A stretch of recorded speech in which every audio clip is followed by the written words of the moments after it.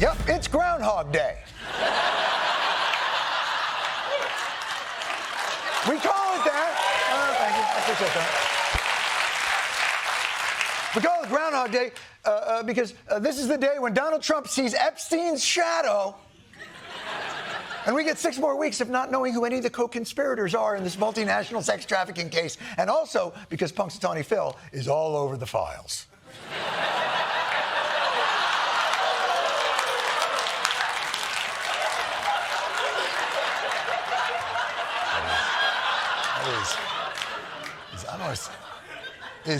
Is that to scale by any chance? That may be the biggest groundhog. They actually look like they could be friends. Bill Clinton and Punxsutawney Phil. The point I'm trying to make is the Epstein files thing. We've been through this before. Donald Trump, revelations about his relationship with Jeffrey Epstein. The MAGA fault line seems to be widening from a fracture. Breaking news. A big break. Republicans breaking with Trump on Epstein. The dam could potentially be breaking here with MAGA. The beginning of the end of the Trump presidency. After 1 million more documents in the Epstein files were discovered last week, will this fracture become a lasting, irreversible break? I'm going to go with no. God, you guys are adorable. The chances of this breaking MAGA are actually worse than Trump just lowering the age of consent to be done with the whole thing. Which is not...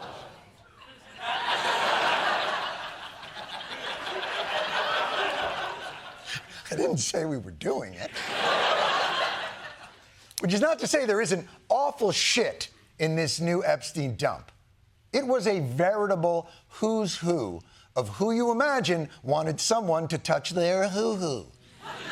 Allegedly, Lutnick, Bannon, Musk, Summers, Gates, Clinton, Tish, Melania, the guy who directed Melania, Prince Andrew, and Sir Richard Branson.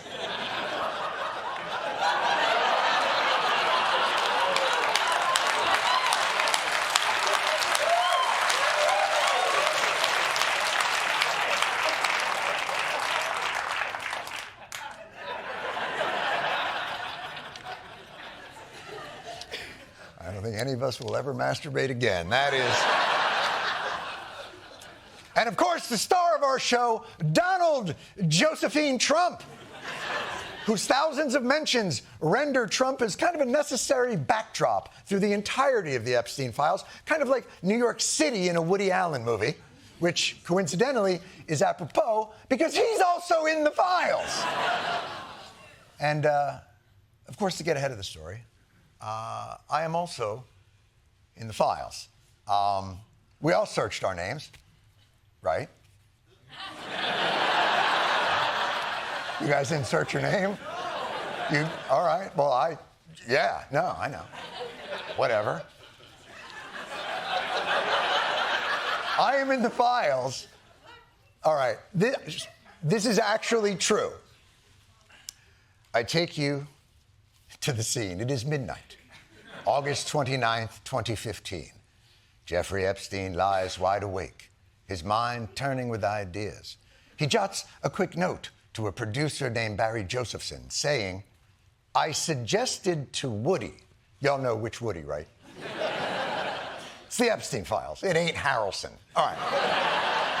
Or the cowboy from Toy Story. You know which Woody we're talking about. Quote, I suggested to Woody that he do an exclusive new stand-up routine for either Apple TV or Amazon. Oh, Jeffrey Epstein always had his finger on the pulse of what America was clamoring for in 2015. But Barry Josephson, thinking like the out-of-the-box television professional that he was, pitched this idea. This is true. Quote, make a true biographical experience with his stand-up being the capper.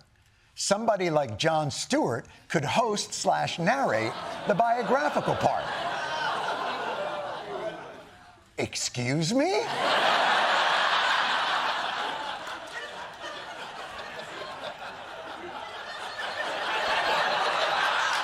I am offended somebody like Jon Stewart or Jon Stewart? My point is, do I have the offer or is this an audition? Perhaps the more extensive references were reserved for members of the billionaire class who traveled in Epstein's circles, including the billionairiest of them all. New emails from billionaire Elon Musk and Epstein coordinating a possible visit to the financier's infamous island. Elon says, do you have any parties planned? I really want to hit the party scene in St. Bart's or elsewhere and let loose. I'm sorry, I hate to do this. Can we zoom in on the email on that, please? Christmas Day?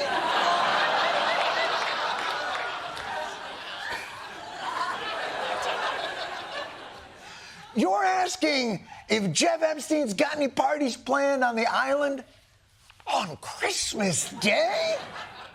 I mean, look, Christmas is tense time. We've all had that feeling, trapped in the house with the in-laws and 14 to 16 of our children over the holidays. But generally, Elon, the wanderlust doesn't really hit till the 28th or the 29th, but Christmas morning? You emailed Epstein Christmas, dearest Jeffrey. I've just seen the joy in all my children's faces as they opened their gifts. Get me the out of here. And ever since those revelations, Elon has been, how do the kids say it, crashing out. He's posted about the Epstein files more than 85 times over the last 2 days. Oddly enough, mostly on Blue Sky. No, I'm just kidding. And if I may, Elon, slow down, brother. You got to make some time for tweeting about the white genocide, too. Life's a balance. But this is obviously important to Elon, so, all right, give us the best argument for your innocence. Musk denies any wrongdoing, writing over the weekend, if I actually wanted to spend my time partying with young women, it would be trivial for me to do so without the help of a creepy loser like Epstein.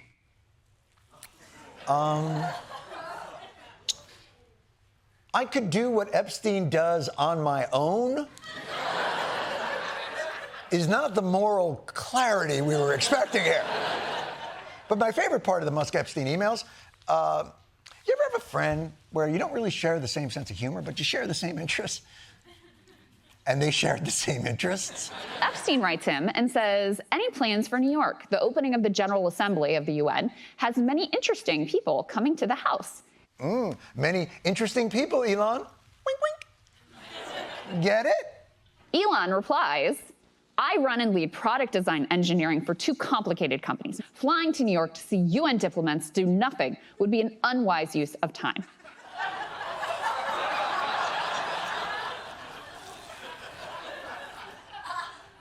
I'm sorry, Jeffrey, could you make it a little more obvious for your friend?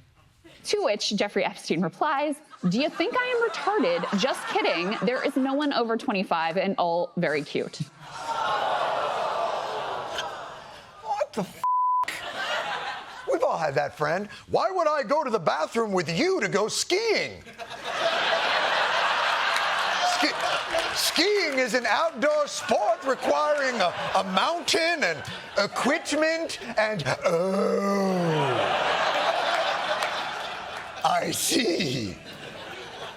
Now, another big name in the files is Commerce Secretary Howard Lutnick, which in itself is not big news because since Lutnick admitted that he met Epstein in 2005 and then said he immediately cut off all contact. You know what? I won't. Let me let him tell the story. I say to him, massage table in the middle of your house? How often you have a massage? And he says, every day. And then he gets weirdly close to me. Ooh. And he says, and the right kind of massage.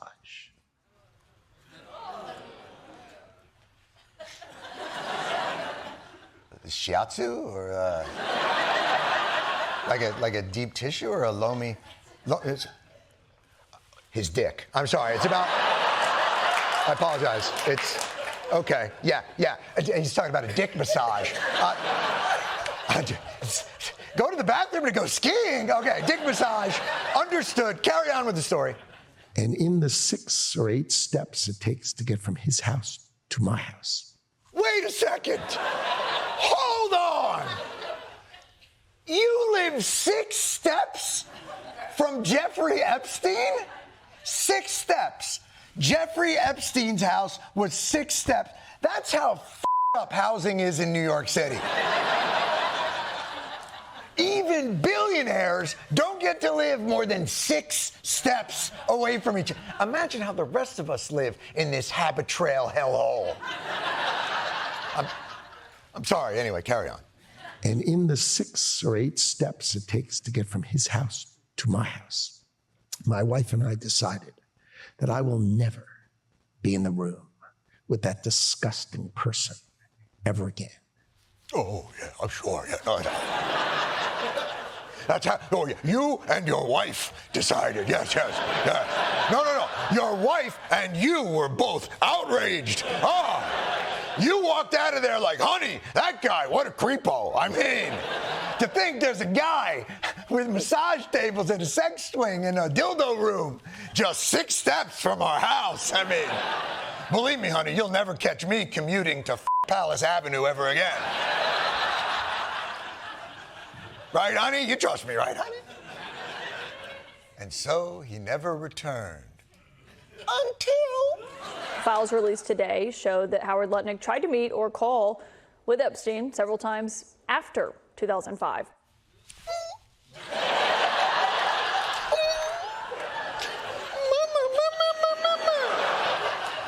Yes, Jeffrey, it's me, Howard Lutnick.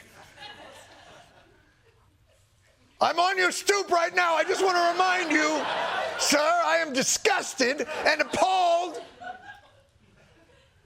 and have a tremendous amount of tension in my trapezius muscle.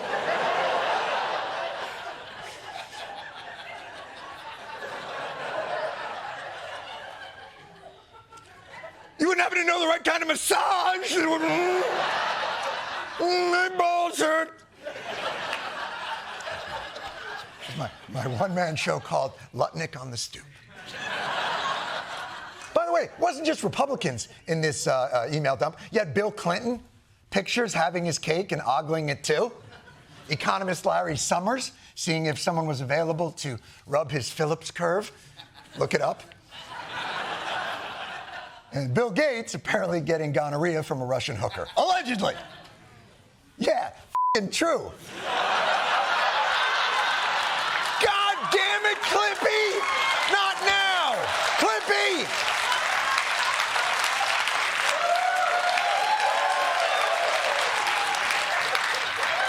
You're not helping!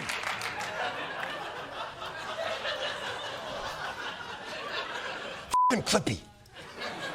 All these names, all these emails, images, and videos. What do they amount to? Lots of additional pictures and documents, but there is nothing in the Epstein files released today that shows anyone new can be prosecuted. Well, of course, no.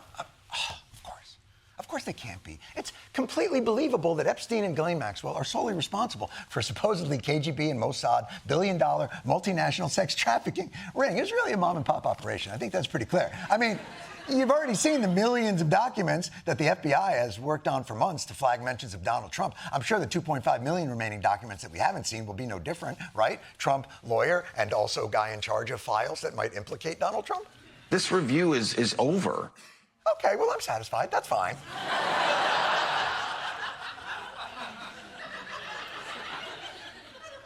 No further questions? Look, man, we always knew that the people at DOJ releasing these documents weren't on a fact-finding mission. They were running interference.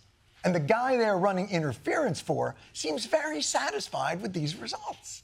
I didn't see it myself, but I was told by some very important people that not only does it absolve me, it's the opposite of what people were hoping, the radical left. I'm totally innocent. I mean, look at me. Do I look like the kind of a guy who would fly around on a billionaire sex plane?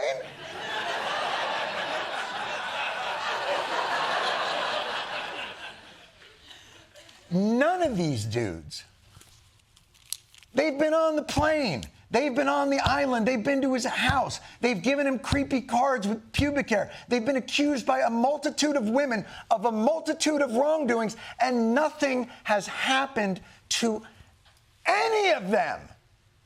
Any of them. Oh, except Prince Andrew. Oh, Prince Andrew, stripped of the title Prince. Ooh, such a penalty. Now it's just Andrew Mountbatten Windsor. Ooh. One more time, buddy, and you'll be busted down to Andy Mountbatten Windsor. You know, I got to be honest. I'm just not sure anybody is going to be held accountable for any of this. Have nothing to do with Jeffrey Epstein. And in fact, if you look at the DOJ, they announced, they released 3 million pages. It's like this is all they're supposed to be doing. And frankly, the DOJ, I think, should just say, we have other things to do. And boy, does the DOJ have other things to do. You know, looking into this decades-long sex trafficking network for the rich and powerful is stopping the DOJ from getting the people who really deserve to be punished. If you are here illegally, you gotta go. Why? Because you're breaking the law. No one is above the law. This creates a two-tiered system. There's no accountability. There's no enforcement. It breeds fraud and crime and all of the other problems that come. I want sanctuary city policy to end.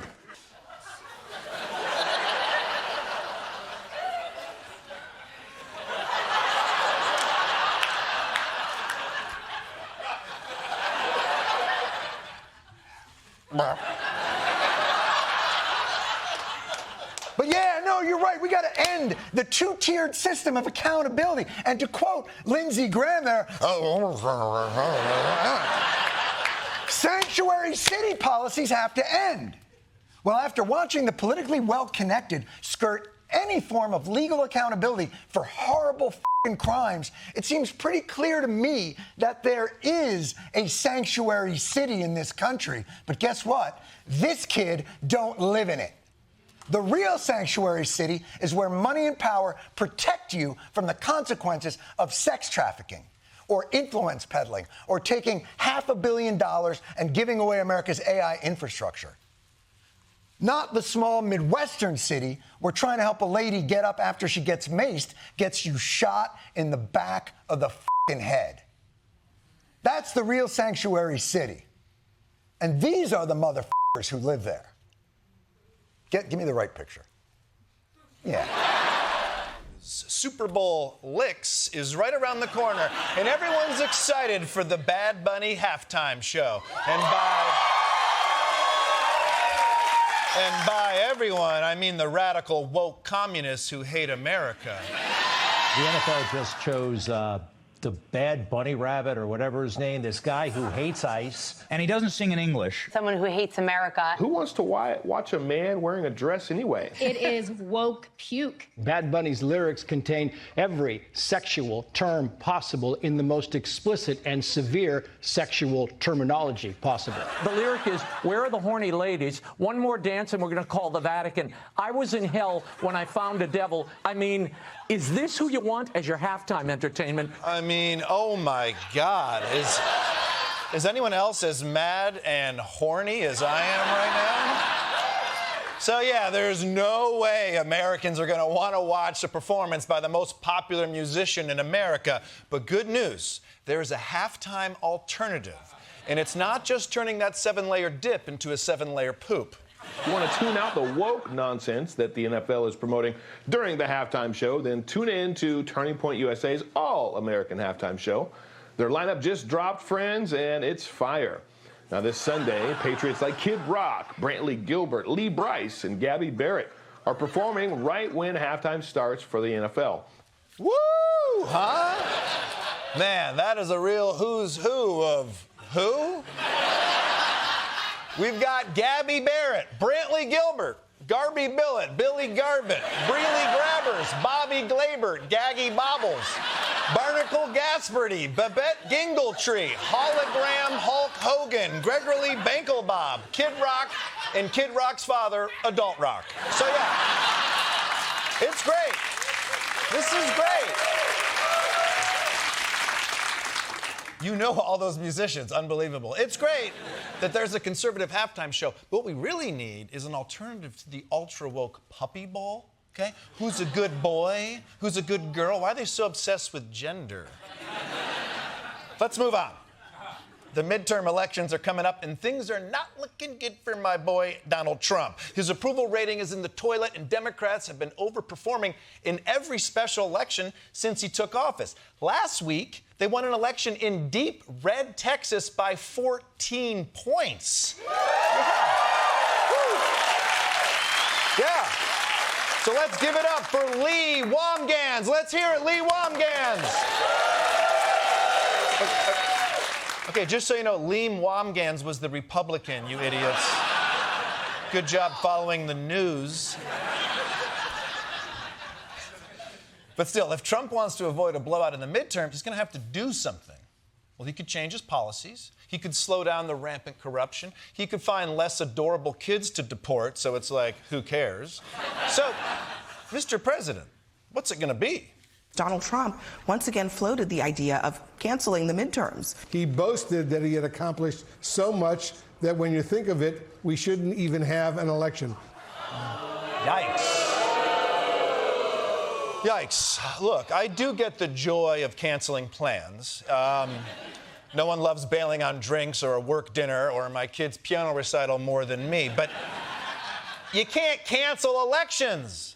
Voting is the most American thing you can do besides, well, not voting. And forgive me for being serious for a moment, but the president suggesting that he might cancel the midterms appears to be the inflection point toward a dictatorship from which our nation cannot return. This is serious. The president was simply joking. That was a joke. Forget it. It was a joke. Phew, that is a relief. Oh, my God.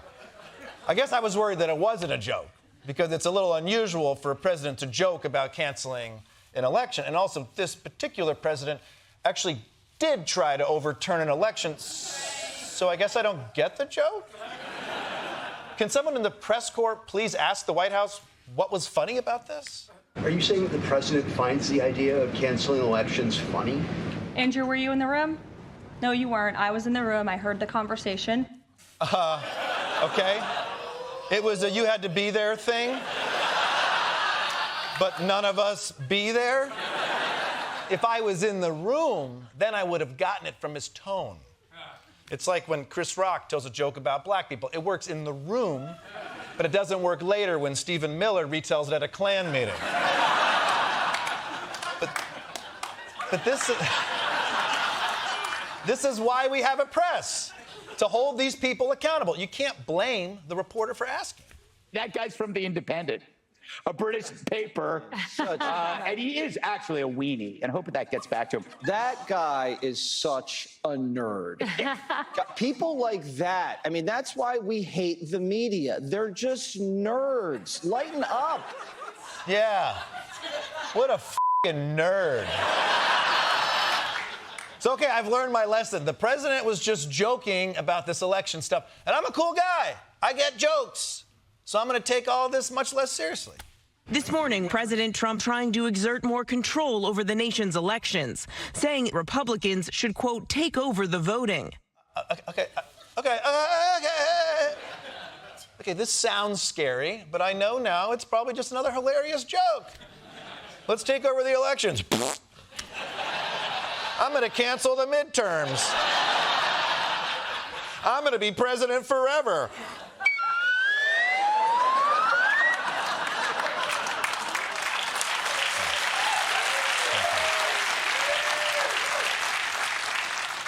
I bet once you hear him actually say it, we'll get how funny it is. The Republicans should say, we want to take over. We should take over the voting in at least 15 places.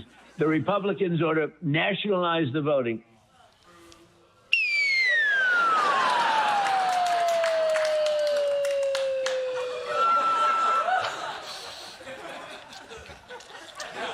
This all looks and sounds pretty bad. If Trump does even half the things he's saying, our democracy will be less recognizable than the lineup of the TPUSA halftime show.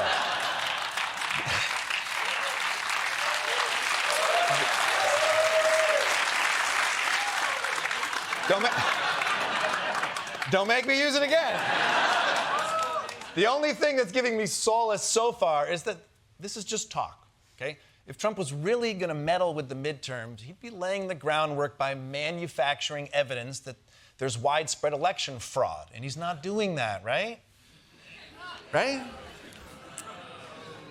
Right? Happening now, the FBI has seized all of the 2020 election ballots from Fulton County, Georgia. It's part of the Justice Department's effort to look for alleged voter fraud. President Trump keeps pushing this baseless claim that the 2020 election was stolen. Holy shit, two things. First of all, Trump, you got to get over 2020, man. I mean, 2020 is over. You don't see the rest of us being grateful for essential workers anymore. Move on.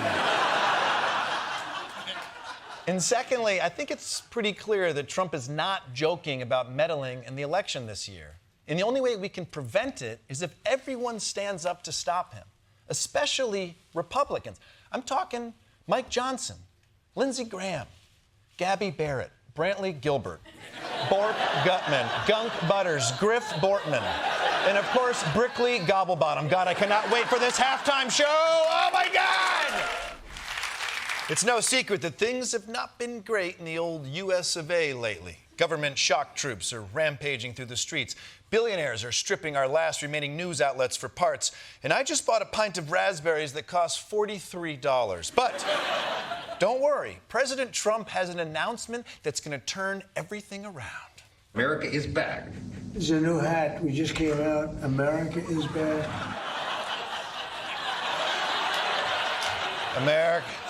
America is back. Thanks for that inspiring halftime speech, Coach. Team, I know we're down 55-0, but on the other hand, I made a hat. Hope that helps. Good luck in the second half. It's bad enough they release hats as often as iPhone updates, but it doesn't even look like Trump's heart is in this one. Can someone ask him a fun question to cheer him up a bit? And please make sure it's not about a subject that he's desperately trying to avoid. A lot of women who are survivors of Epstein's are unhappy with those redactions that came out. Some of them, entire witness interviews are totally blacked out. Kaitlan Collins, ixnay on the dead edophile pay. This is supposed to be a fun merch drop. Trying to hold the president to account is really killing the vibe here. Mr. President, why don't you answer the question in the dignified and respectable manner that we've come to expect? You know, she's a young woman. I don't think I've ever seen you smile. I've known you for 10 years. I don't think I've ever seen a smile on your face. I'm asking you about survivors. You know why? You know why you're not smiling? Because you know you're not telling the truth. Damn. That is messed up. Could I talk to the president alone for just a second? Hey, DJ, a few thoughts, all right? I don't know if there's ever a time to tell a reporter to smile, but I'm almost positive it's not when she's asking you about sex trafficking victims. I mean, even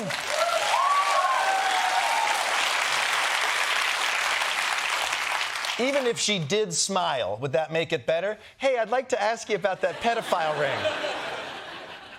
But to be fair to the president, he's really tired of being asked all these questions that he refuses to answer. I think it's really time for the country to get onto something else. Yeah, of course you want to move on to something else. I would too if I was in the Epstein files thousands of times. I feel the same way when the IRS tries to audit me. Hey, guys, I appreciate your interest, but me and my business jacuzzi are ready to move on. But you know what? Donald Trump is right about one thing. There are a lot of other important issues to focus on, like what exactly? The president has announced his intention to build a giant arch across from the Lincoln Memorial. Whee! I'm the president. My arch is gonna fly. And now it's fighting Godzilla. And now it's telling Barbie to smile.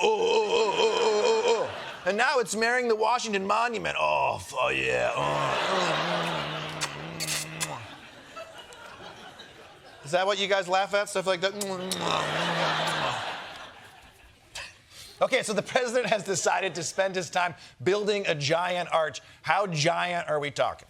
The Washington Post reports it could stand as high as 250 feet, just 40 feet shorter than the U.S. Capitol. Two people say he's grown attached to the idea, despite some architectural experts being alarmed by the scale. I'd like it to be the biggest one of all.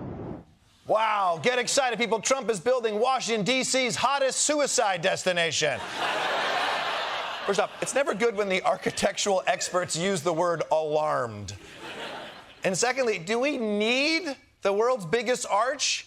This is how you can tell Trump doesn't live with Melania full time, because this is one of those ideas men have when they're home alone for too long.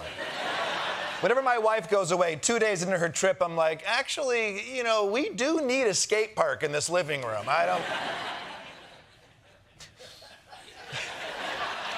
And as for the arch design, it's basically just copying the Arc de Triomphe. And honestly, if we're going to be derivative of France, let's not just settle for their arches. How about socialized health care? Or even better, the right to...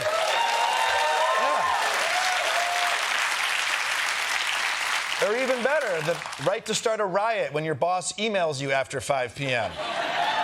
But fine. I guess go build your arch. Then we can get back to those important issues that you are so eager for America to return to. So what do you got? President Trump announcing he will shut down the Kennedy Center for 2 years for a top-to-bottom renovation. Oh, no, Trump is shutting down the Kennedy Center for 2 years? But I promised my wife we'd go see the Bulgarian National Modern Jazz Dance Company. Damn you, Trump. Strange he's doing this now, since they already renovated the Kennedy Center the last time he was president. There can't be another reason he wants to shut it down for 2 years, right? Right? Right? That planned closure is coming after a slew of artists canceled performances once the president purged the Kennedy Center's board, naming himself chairman and putting his own name on the building. Ah, yeah. He decided to close the Kennedy Center, the same way your friend who collects dolls decided to become celibate. Come on, Trump, you can replace those performers. There's plenty of great conservative artists like Nicki Minaj and Kanye West, and I'm sure someone else will also have a mental breakdown soon. Also, hasn't the Kennedy family been through enough? The assassinations, the scandals, spending Thanksgiving with RFK Jr. Instead of turkey, I spatchcocked a raccoon.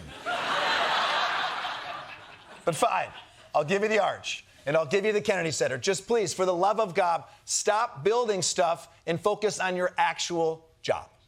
The president has shared what he calls the first public rendering of the future White House ballroom. The estimated cost of the project has skyrocketed from $200 million to now $400 million. Oh, that's right, the ballroom. I mean, I guess it doesn't suck. But for $400 million, it's definitely not blowing me away. I mean, who designed this thing? Frank Lloyd, just all right? Architecture slam! Let's sum up how we got here. The President of the United States is in the Oval Office insulting professional reporters for asking about his administration's mishandling of the highest profile sex trafficking case in American history. And instead of answering these questions, he'd rather spend his time on his construction fetish of building his arch, a new Kennedy Center, and a giant ballroom he and his friends can dance in while the rest of the country collapses around them. Or, in other words, America is back. God, that enthusiasm is infectious.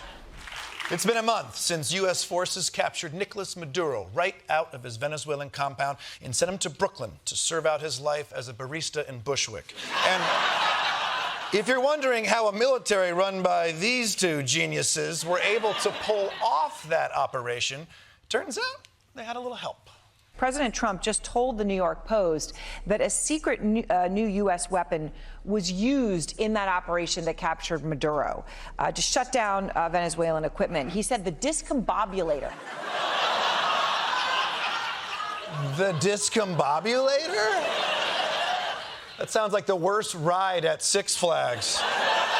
Don't go over there, dude. Somebody puked on the Discombobulator. Personally, I don't think our most advanced new weapons should have whimsical names. If I'm shot by a laser that liquefies my organs until they leak out of my eyes, I don't want it to tell my family that I was dinky zoinked to death.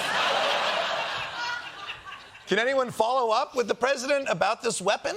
You talked about the weapon, the Discombobulator. Yeah, what Discombobulator, well, I'm not allowed to talk about it. But what does it do? Let me just tell you, you know what it does? None of their equipment works. That's what it does.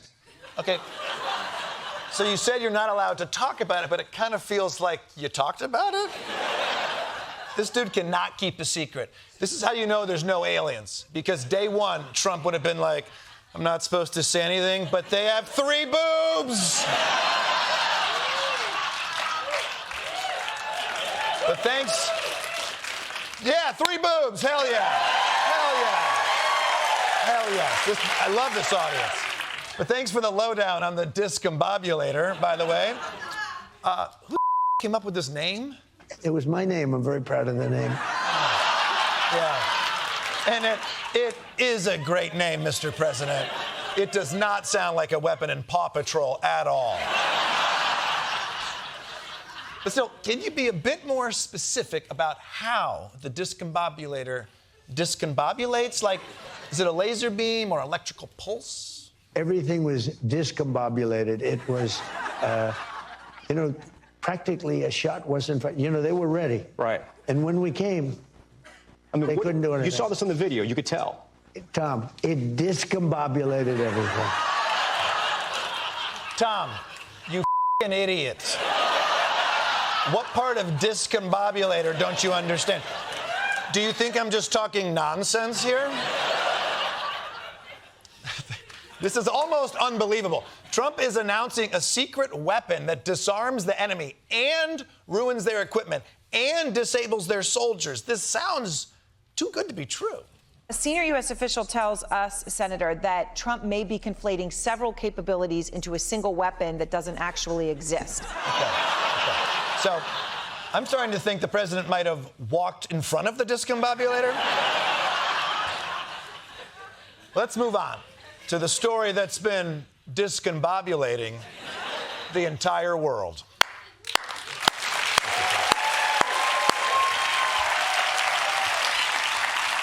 Everybody is still binging the latest season of the Epstein files, so let's get into all the fallout in another installment of the very normal and not shady handling of the Epstein files.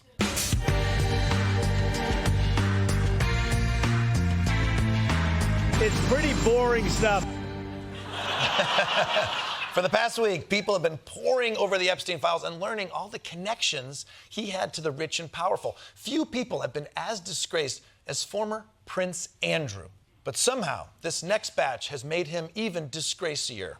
Former Prince Andrew has moved out of his longtime Windsor home, his brother, the king, evicting him from the royal estate over his links to Jeffrey Epstein. Ugh, wow, kicked out by his own brother, who is also his second cousin and his fifth uncle 12th removed.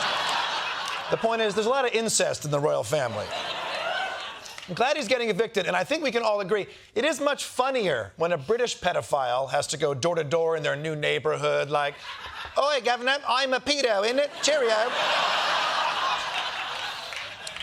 Anyway, let's check out the shithole that former Prince Andrew's being sent to. Andrew has moved to a cottage on the King's private estate in Sandringham, far from the public eye. Sandringham is a sprawling estate. It's set on 80 square kilometres of grounds. There are multiple houses and cottages that are on this site. Oh, no. Not a cottage on the private estate. Only 2 butlers.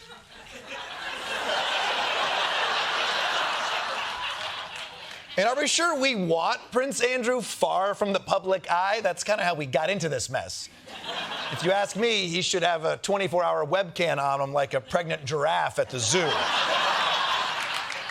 How is it that it's impossible for any regular person to find affordable real estate and they're giving away fancy cottages to alleged pedophiles? Next time I go to an open house, I'm going to be like, "Honey, tell him you're 12.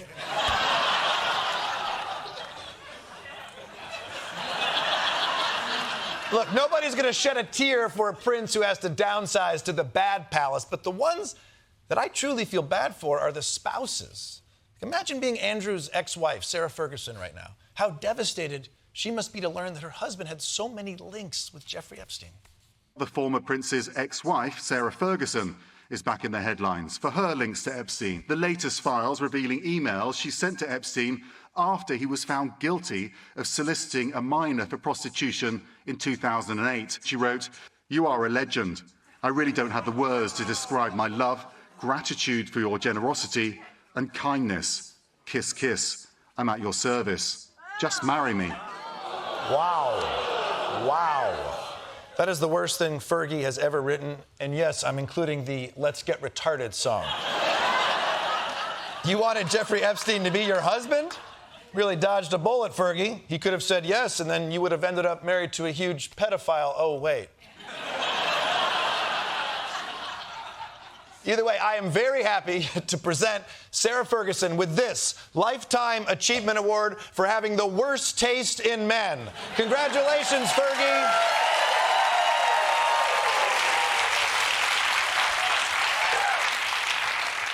Better luck next time, Cheryl Hines.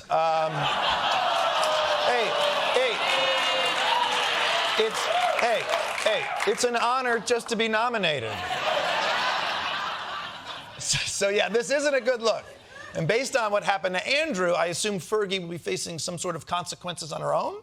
On Monday evening, Ferguson's charitable foundation, Sarah's Trust, announced it will shortly close for the foreseeable future. Ah, the charity is shutting down? That doesn't seem fair. Sorry, kids, the Duchess emailed a pedophile, so no mosquito nets for you.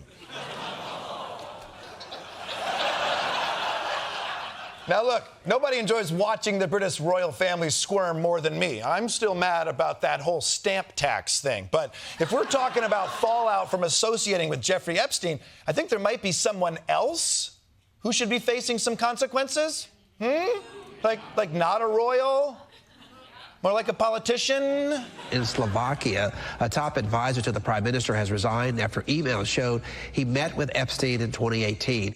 No, not some minister in Slovakia. It's not even a real place. When I said certain politicians should be held accountable, I meant, like someone running a country. There's a world leader facing a political crisis over the Epstein files. That's British Prime Minister Keir Starmer. No, not Great Britain. That's not even a real place. Look, I'm going to be very clear about this. The President of the United States. Someone needs to demand answers from the U.S. President. Former President Bill Clinton agreed to testify in the House Oversight Committee's Epstein probe. No. Not a former you know what? It, okay? I guess everybody in the damn files is going to face consequences except for Donald Trump. And on top of that, he must be so happy that his nemesis, Bill Clinton, is getting in trouble for this. It bothers me that somebody's going after Bill Clinton. See, I like Bill Clinton. I still like Bill Clinton. What do you like about him?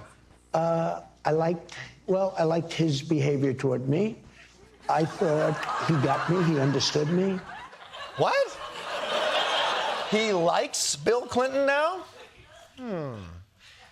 Either Trump just wants to get on Clinton's good side before he testifies about Epstein, or this is just a recognized game moment. I'd like to acknowledge that we're standing on sacred land where Bill Clinton got a Hummer from an intern. Props to the OG. I can barely wrap my head around all the twists and turns in this story. Trump is in the Epstein files, maybe more than anyone, but Bill Clinton is the only one who has to testify about it. But instead of being happy about that, Trump is upset. I feel like I'm losing my mind. This whole thing, it has me, I don't know. Discombobulator. Exactly!